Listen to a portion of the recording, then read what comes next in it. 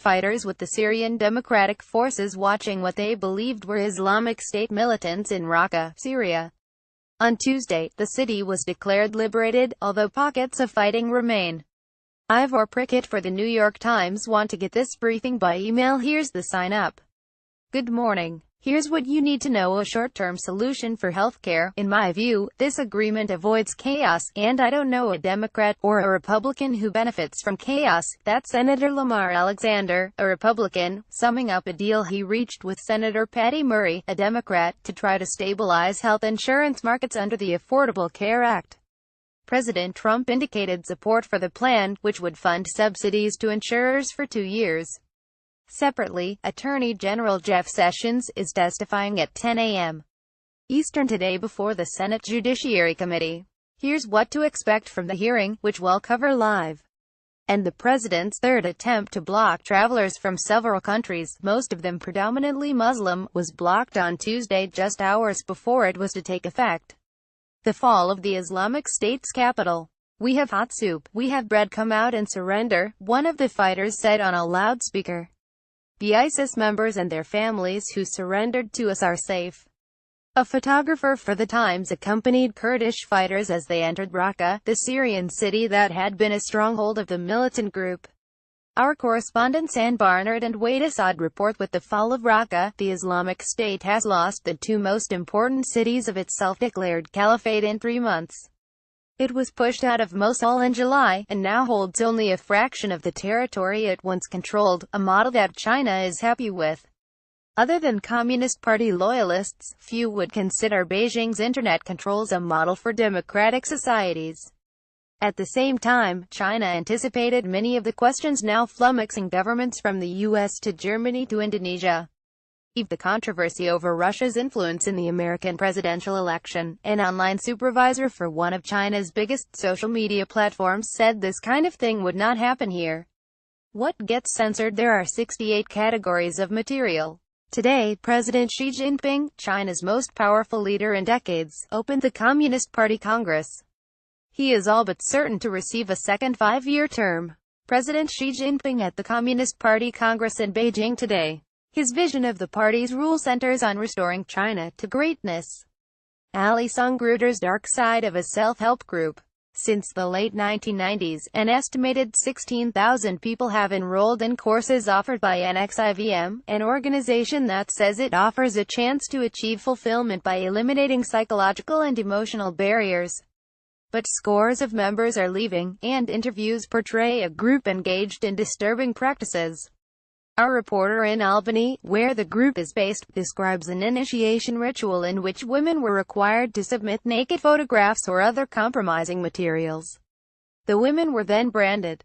Several former members have asked the New York authorities to investigate the group's practices, but officials have declined to pursue action. Sarah Edmondson left NXIVM after being branded as part of a secret ritual. Ruth Fremson, The New York Times, The Daily, your audio news report. In today's show, we discuss how President Trump's promise of America First has met the realities of manufacturing in the U.S. Listen on a computer, an iOS device or an Android device. Business. George Soros, the billionaire hedge fund manager and a major Democratic donor, has given $18 billion to his Open Society foundations, which promotes democracy and human rights. The head of Amazon Studios, Roy Price, resigned days after a producer accused him of sexual harassment. Google placed ads linking to blatantly bogus stories on fact-checking sites created precisely to dispel falsehoods. U.S. stocks were mixed on Tuesday. Here's a snapshot of global markets. Smarter living dips, both new and old, for a more fulfilling life. Good relationships take commitment, compromise, forgiveness and, most of all, effort. Here's some advice. Mark Conlon, we see others' failures as courageous. We see our own as shameful. Why? Recipe of the day. Midweek dinner can be as simple as pasta with first cherry tomatoes. Noteworthy: feeding 8 on scraps. In today's 360 video, food shortages and rising inflation in Venezuela have forced one woman to provide for her family from the garbage of a supermarket. Innovation is all in the family.